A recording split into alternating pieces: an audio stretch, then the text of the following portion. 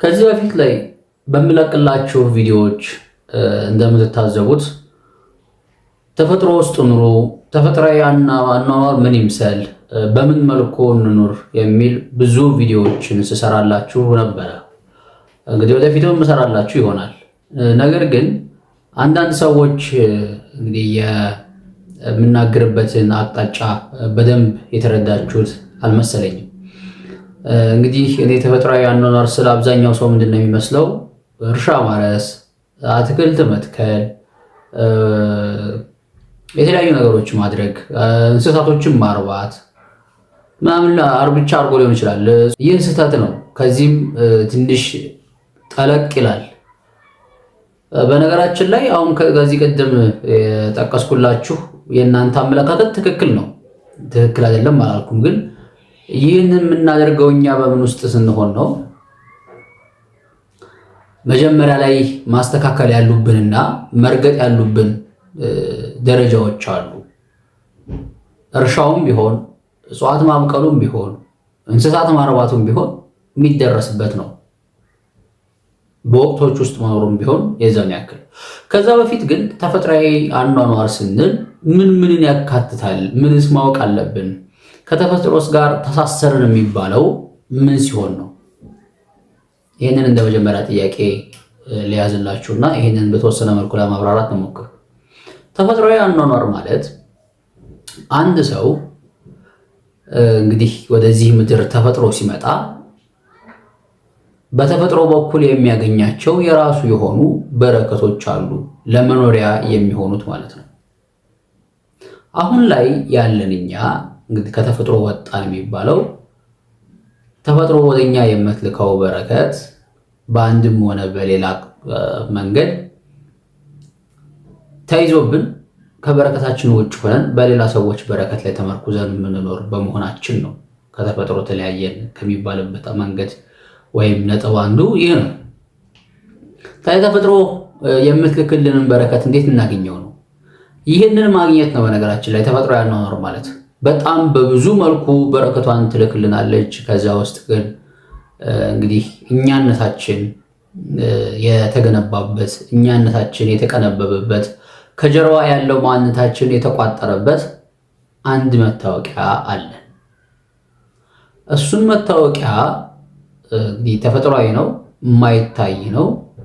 ምናልባትም ልክ እንደ ጣት አሻራችን፣ ልክ እንደ አይን አሻራችን ሁሉ አንዱ ለአንዱ በጣም የተለያየ እና ብዙ ነው።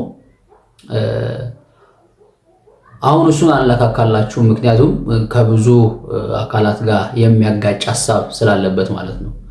እነዚህን ነገሮች እንድናጠፋቸውና እንግዲህ በትምህርት መዋቅር ውስጥ ገብተን እኛ ከኛ መክሊት ውጭ በሆነ እሳቤ ውስጥ ተመርተን ራሳችንን በዛ ውስጥ ለማስተዳደር እንሞክራለን። እንግዲህ በተማራቸው ትምህርቶች ላይ አገልግሎት እየሰጠን ባገለገልነው ላይ ደግሞ በምናገኘው ገቢ ለመኖር እንሞክራለን።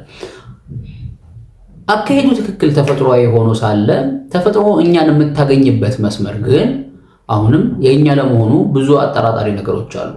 የመጀመሪያው ነገር ደስተኞች ነን ወይ?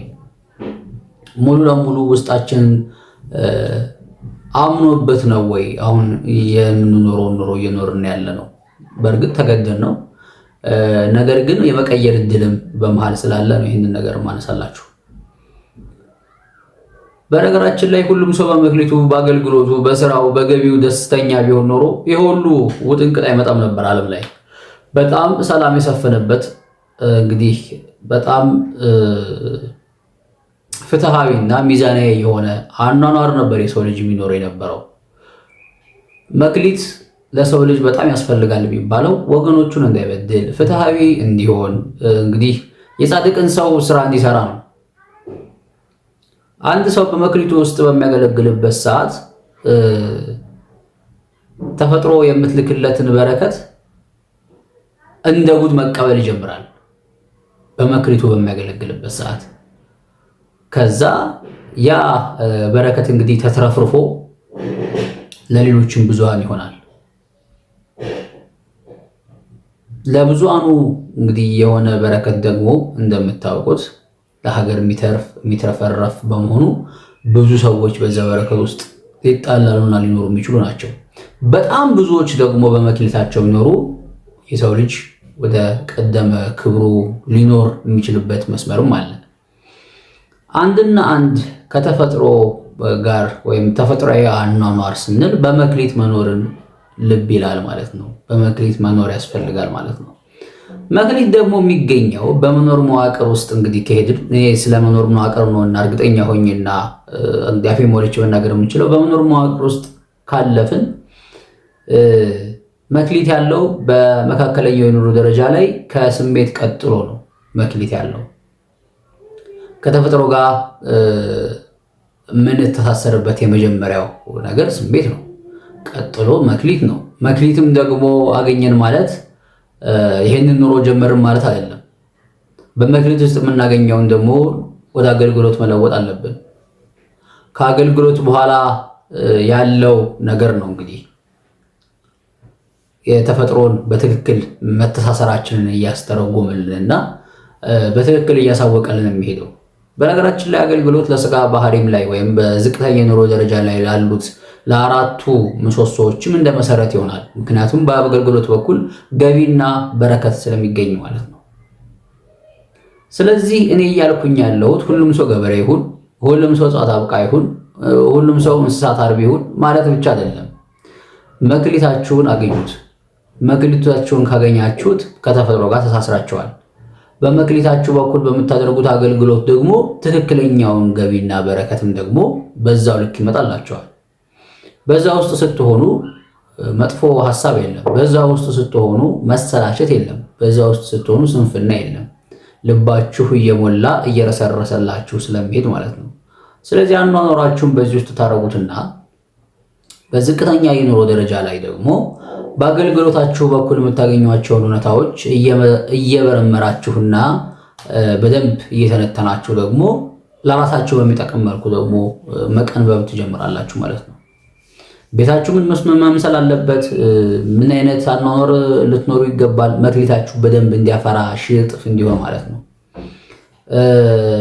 የያዛችሁት ነገር የሚበረክትላችሁ እንዴት ነው? የያዛችሁት ነገር ሰላም የሚሰጣችሁ ለእናንተ እንዴት ነው? ከጊዜ ጀርባ ያሉትን እንግዲህ ፀሐይ፣ ጨረቃና ከዋክብት አሰራራቸውን፣ ስርዓታቸውን የምታውቁት እንዴት ነው? ወቅቶችን የምትገለገሉት በወቅቶች ላይ ያሉትን እጽዋቶች እንዴት ነው ልትጠቀሙባቸው ነው ልትገለገሉባቸው የምትችሉት?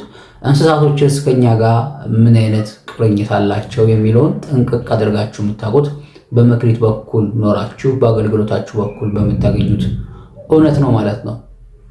ሁሉም አረዳዱ፣ ሁሉም አመለካከቱ ይለያያል። ሁሉም ሰው በምልአት ይገለጥለታል ማለትም አይደለም። ነገር ግን ጉዞውን ሲጀምር ሂደት ነውና ሂደት ካለ ደግሞ እድገት አለና ለውጥ አለና የሚለወጥ የሚያድግ ነገር አይጠፋም። ስለዚህ አኗኗራችን እያደገና እየተለወጠ ይመጣል። በእኛም ባህሪ ላይ እጅግ ብዙ ጠቃሚ ነገሮችን እናገኛለን።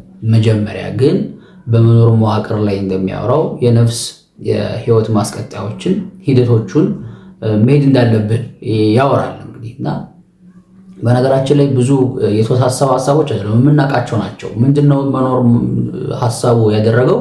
የምናውቃቸውን ሀሳቦች አደራጃቸውና ሂደቶቹን በቅደም ተከተል አስቀመጣቸው። ከዚህ በፊት አንድ ልጅ ተወልዶ አድጎ ተምሮ አግብቶ ምናምን የምንላቸው ሂደቶች አሉ የሚታወቁ። ልክ እንደዚህ አይነት ሂደቶች አድርጋቸው አስቧቸውና ያን ያክል ቀላል ነው። በደንብ ወደፊት ላይ ለማብራራት እሞክራለሁ እንዴት ሊገኙ እንደሚችሉ። አንድ ሰው መክሊቱን ካላወቀ እንዴት ማወቅ እንደሚችል በደንብ የተብራራ ሀሳብ በውስጡ አለበት።